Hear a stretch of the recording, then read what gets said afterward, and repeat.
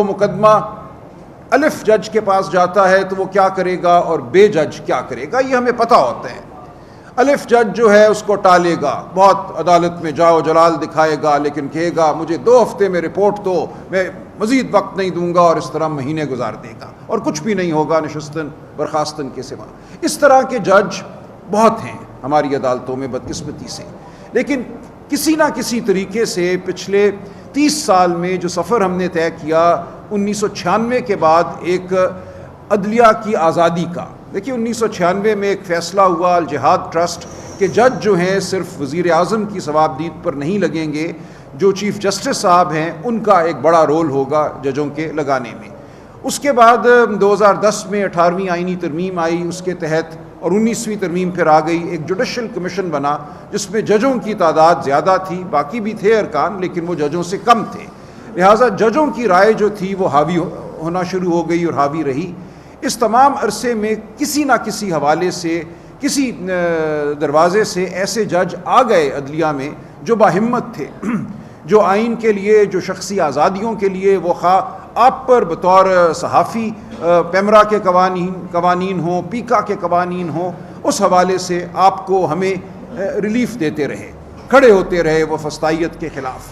یہ تمام جو عمل تھا 2010 کے بعد, بلکہ میں کہوں گا 1996 کے بعد, اس عمل کا کل ڈراپ سین ہوا ہے, اس کو کل ختم کر دیا گیا ہے.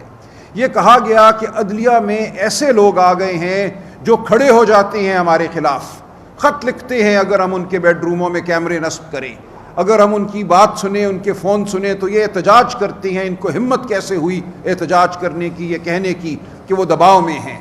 دباؤ ڈالنا تو ہمارا حق ہے, اس ریاست کو ہم نے چلانا ہے, کوئی آزاد جج ہمیں قبول نہیں ہے.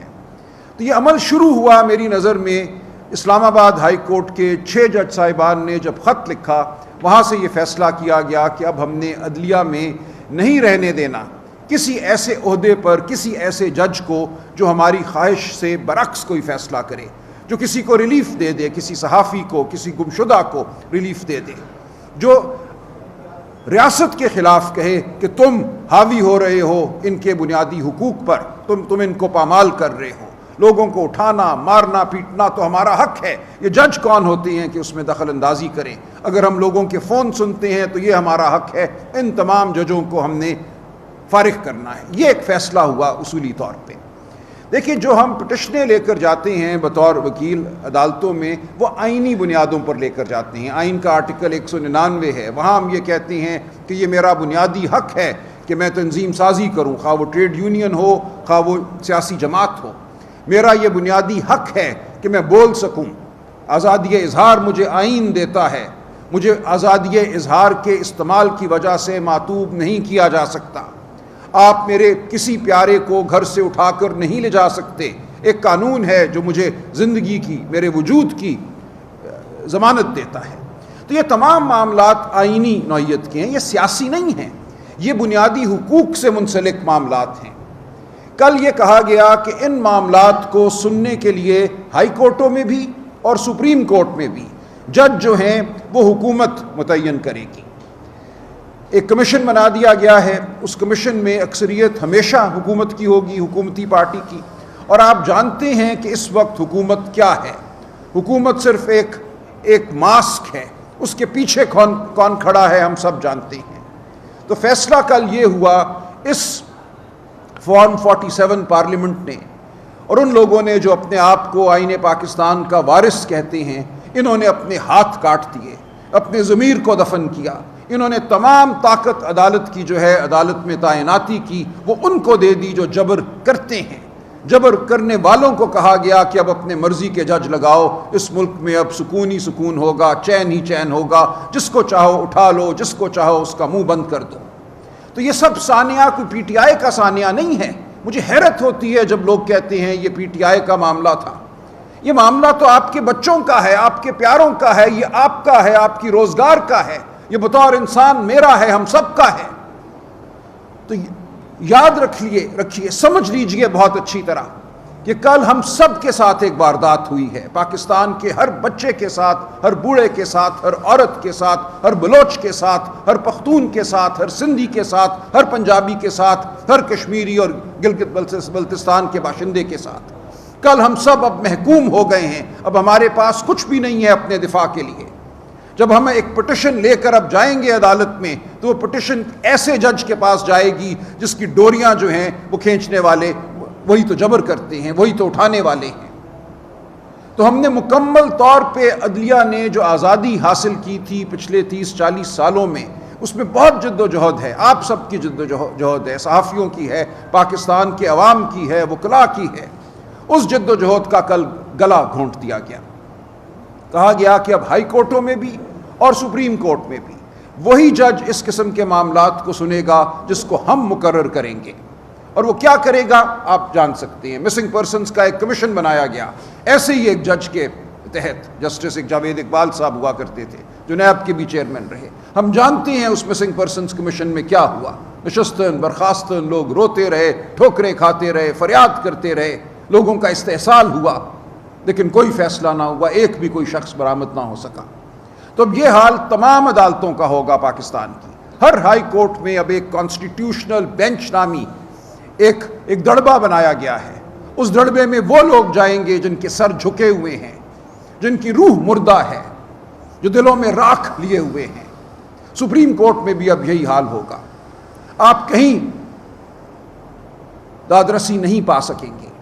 ہم کالا کوٹ پہنیں گے، ہم فائلیں اٹھائیں گے، ہم آئین کی کتاب پکڑیں گے، ہم التجا کریں گے، ہم بحث کریں گے، اور ہمارے منہ پہ دے مارا جائے گا پاکستان کے آئین کو، ہماری بحث کو۔ یہ سب کچھ ہم دیکھ رہے ہیں۔ پچھلے 30-40 سالوں میں ہم جانتے ہیں کہ ہمیشہ ججوں کا ایک گروہ ہوتا ہے جو تابع ہوتا ہے، جو مطیع ہوتا ہے، لیکن ہم نے بڑی جد و جہد سے، بڑی کوشش سے اپنی عدلیہ میں ایسے جج پیدا کیے تھے جو دکھا رہے تھے، طاقت دکھا رہے تھے، جو انسان کے ساتھ احترام سے پیش آ رہے تھے، احترام انسانیت کو وہ برتر سمجھتے تھے، جبر کے سامنے کھڑا ہونا شروع کر رہے تھے۔ ان کی ٹانگیں کاٹ دی گئی ہیں، ان کے ہاتھ توڑ دیے گئے ہیں، ان کی زبان کھینچ لی گئی ہے۔ کل یہ ہوا ہے۔ اس لیے جان لیجئے کہ آج اور کل پاکستان بدل گیا ہے۔ ہم ایک بہت تاریک دور میں چلے گئے ہیں۔ یہ وہ دور ہے جو شاید انگریز کے زمانے میں بھی نہیں تھا۔ دیکھیں انگریز نے بھی جب 1860 میں ہمارے قوانین بنائے، ضابطہ فوجداری بنایا، اس کے بعد انہوں نے پینل کوڈ بنایا، ان سب میں یہ لکھا کہ خواتین پہ کوئی سورج غروب ہونے کے بعد کوئی گرفتاری نہیں ہوگی، کسی گھر میں داخلہ نہیں ہوگا جہاں خواتین ہوں۔ یہ سب کچھ انگریز نے لکھا 1860 میں۔ آج ہم دیکھ رہے ہیں یہ تمام اصول پامال ہو چکے ہیں۔ کسی کی بیوی، بیٹی، بہن، ماں محفوظ نہیں ہے۔ اس ماحول میں ہم نے مزید تاریکی پیدا کی ہے۔ تو ہم اب بالکل نہتے ہیں۔ میں آپ کو یہ کہنے آیا ہوں کہ یہاں سے آگے کچھ نہیں ہے سوائے جد و جہد کے، سوائے اس بات کے کہ ہر سیاسی تفریق سے، ہر لسانی تفریق سے بالا تر ہو کر ہم اکٹھے ہوں، ہم اپنی آواز بلند کریں۔ عدالتوں میں اگر آواز بلند نہیں کرنے دی جائے گی تو سڑکوں پر ہم بلند کریں گے، میدانوں میں ہم بلند کریں گے، گھاٹیوں میں، پہاڑوں پہ ہم بلند کریں گے۔ پاکستان کا کوئی خطہ ایسا نہیں رہے گا جہاں جبر نہیں ہوگا۔ اس لیے پاکستان کے ہر خطے میں ہمیں آواز بلند کرنی ہوگی، اپنے لیے، اپنے پیاروں کے لیے، اپنی آنے والی نسلوں کے لیے۔ تو میرا آج آپ کو یہی پیغام ہے۔ یہ پی ٹی آئی کا پیغام نہیں ہے۔ میں بطور پاکستانی، ایک رنجیدہ پاکستانی، بطور قانون کے طالب علم آپ سے مخاطب ہوں۔ میں اس حیثیت میں آپ سے مخاطب ہوں جو 30-32 سال میں نے گزارے آپ کے حقوق کی لڑائی میں۔ جو لوگ جانتے ہیں میرے کیریئر کو وہ جانتے ہیں کہ کبھی میرے دفتر سے کوئی غریب خالی ہاتھ واپس نہیں گیا، کوئی مزدور کبھی میرے دفتر سے واپس نہیں گیا۔ کوئی میرے دفتر میں اگر داخل ہوا ہے کسی فیکٹری میں کام کرنے والا مزدور، کوئی پی این، اس کی پٹیشن، آئینی پٹیشن لے کر میں ہمیشہ عدالت کے سامنے گیا ہوں۔ فیس تو ظاہر ہے سوال پیدا نہیں ہوتا، وہ پینشنر ہو، وہ نکالا ہوا مزدور ہو، ہم آئینی پٹیشنیں لے کر عدالتوں میں جاتے تھے۔ اب کس عدالت میں جائیں گے؟ میں اب کیا اس کو دلاسا دوں گا کہ تمہیں میں اس عدالت میں لے جاؤں گا جہاں ایک شخص بیٹھا ہوگا، اس نے بوٹ نہیں پہنے ہوں گے، وردی نہیں پہنی ہوگی، لیکن اس کا دل اور دماغ جو ہیں وہیں سے ٹٹولے جائیں گے، وہیں سے کنٹرول ہوں گے۔